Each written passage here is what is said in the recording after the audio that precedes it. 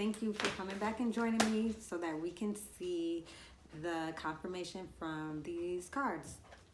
All right, so of course, I'm not surprised. The first card that I got was a solar plexus chakra card. I did bring that up and I talked about that a little bit in the intuitive portion of the video. And it's located above your belly button, I believe, I hope. The keywords for the solar plexus chakra are I can. So I think that comes from the self-worth that we were talking about, the self-love, the belief, and the intuition, and following your intuition and knowing that you can do whatever it is that you're thinking of doing. The next card I received was the third eye card, which represents the key words I see. And the sound for this card is Om. And sometimes for people who are wondering like how to start meditating, sometimes you can just listen to Om over and over and over, like find something on YouTube or on iTunes, and you should, I think it will help you get into a peaceful state. The card that I chose to clarify that card was the Star Mother card. And it says, how can you mother yourself? So I don't know if you need to see your mother. I don't know if you and your mother are not seeing eye to eye and you need some peace. I don't know if you lost your mother and you don't have peace from it. I don't know if you're at ends with your mother. I don't know if you're upset with your mother, maybe from something that happened from when you were a kid. But those things are coming up right now. Something about mothering yourself, probably working on your child self, because you know we all have an inner child. Some people just stuff their inner child down more than others. And it's just kind of like reparenting yourself. Instead of being like, I never got to do this and I never had this and I needed this, giving it to yourself as an adult, because we're just older. Everybody tries to act like they're mad grown, but we're just older. And those wounds sometimes are still prevalent. So what do you need to do to mother yourself? For some. The next card I pulled was the Patience and Planning card. Let's check exactly what this card says, because obviously it's pretty self-explanatory to have some patience and continue planning whatever it is that you're trying to do. But I sometimes want to see what the book tells me. The number 7 physical card reminds you to reevaluate the goals that you're seeking, your finances, and even your relationships. Take the time to review each area one by one, for there's no rush when you're planning for a successful future. Notice what worked well for you in the past, not what you or others believe to be true, but in actual positive experiences.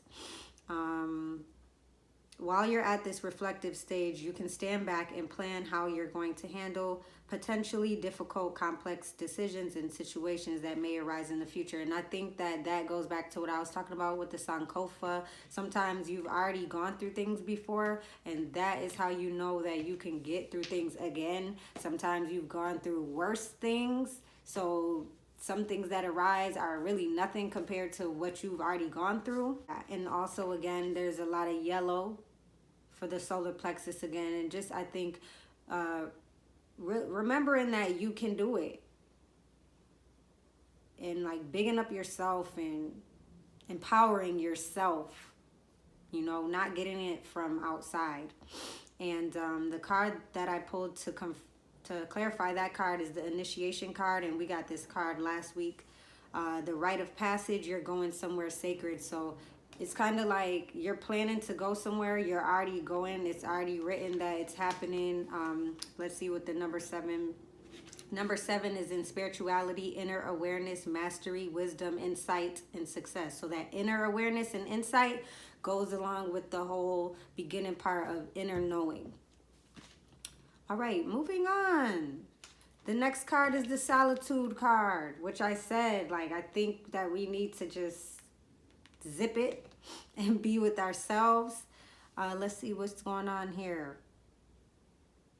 She's just chilling. She's reading. She looks pretty content being by herself. There's a star up in the sky, so that's like, you know, maybe getting some ancestral wisdom from her angels or people who've passed on that leave us little crumbs and little nuggets here and there.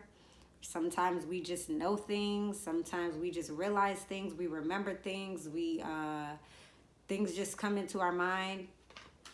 All right, so stop. Your soul is calling out and needs to be honored and heard. The answers you seek aren't necessarily found in the outer world. The time has come for you to step back and withdraw from outside commotion. The solitude card is a reminder of how important it is to pause, still the mind, meditate, reflect, reevaluate, and discover the wisdom and answers within the very soul of your being. When you become more aware of your soul and heart, you strengthen the link to the divine source, and you're able to once again remember your true perfection.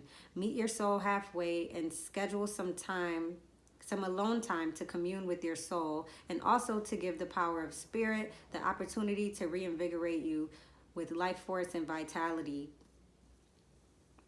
Conserve your energy and deal with one thing at a time as you follow the prompts from within. When it comes to moments of quiet inner solitude, it really isn't about quantity, it's about quality that counts. The soul constantly draws to itself what it needs in order to learn and grow. For example, during this period, someone may step into your life, and by sharing his or her own experiences, you may receive helpful insight and wisdom into your own. Okay, so I had some technical difficulties, as you can see. It's another day, but I still wanted to continue reading the rest of the cards that I pulled. So, and I think what went with the solitude card was the protection card. To clarify, calling back your power, cutting the cords, and soul retrieval. So like protecting your energy. That's what I was talking about. Protecting your energy, not in such a horrible way, but sometimes your energy field can be affected in different ways, and we allow it to be affected as if we don't have the power to suck it back up and cut out whatever is distracting us at that time. So the next card that I pulled was the accelerated motion card.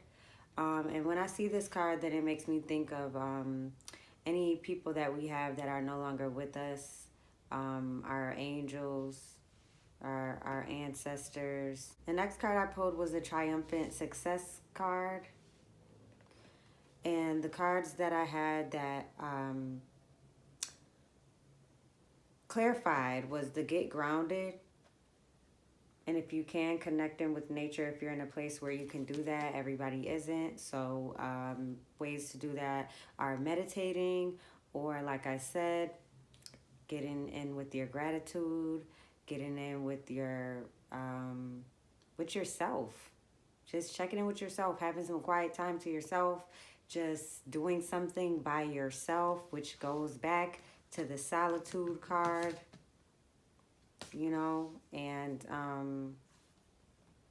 also divine orchestration, because over here, that's what we believe, okay, that you are being guided from your ancestors that have, you know, your greatest good, hopefully, in heart, in mind, your angels, divine intervention.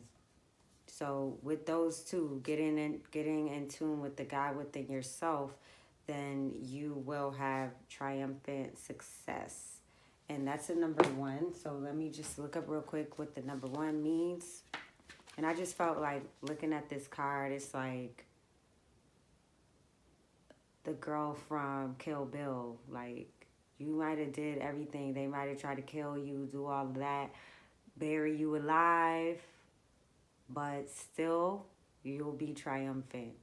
Still you're coming out, and you got the machete on you, you know?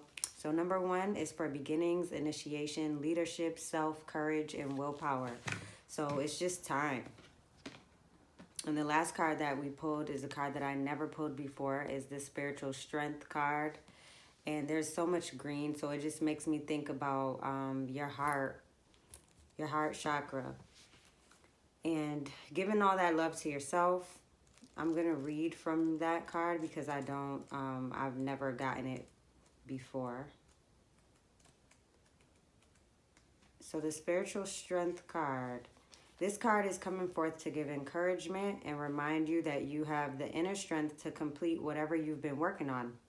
This final spirit card represents courage, discipline, stability, and persistence. You may be tired or weary from the struggle, but now is not the time to give in. Instead, tap into all of your inner reserves for that one final push to achieve the desired outcome. You've been through so much to get to this point, and even though you may have acquired some scars from the battle, you're wiser and stronger for it. The enlightenment you've gained will be an invaluable resource. You may also notice that you're experimenting with different things in your life at this time. All of these experiences feed your spirit and offer you knowledge for the future. And I'm just going to look at the color green really quick because he's so green, not in a bad way. Symbolizes love, health, balance, compassion, a nurturing nature, and abundance. It both calms and refreshes your energy and is a sign of renewal and growth and associated with the heart chakra. And then we have the number 9. And the number 9 signifies completion, endings, accomplishment, transition, understanding, and service.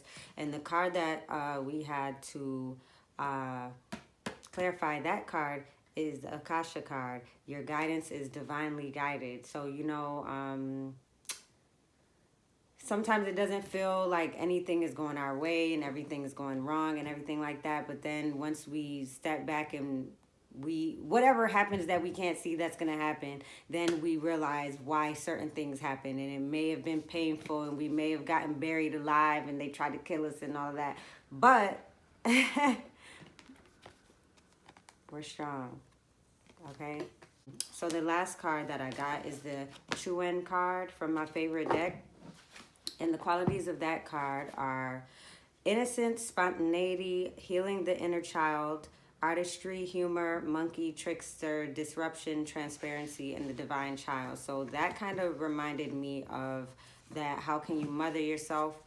Definitely everybody right now this week for this energy until Wednesday is probably needing to work on something that has to do with the inner child within them.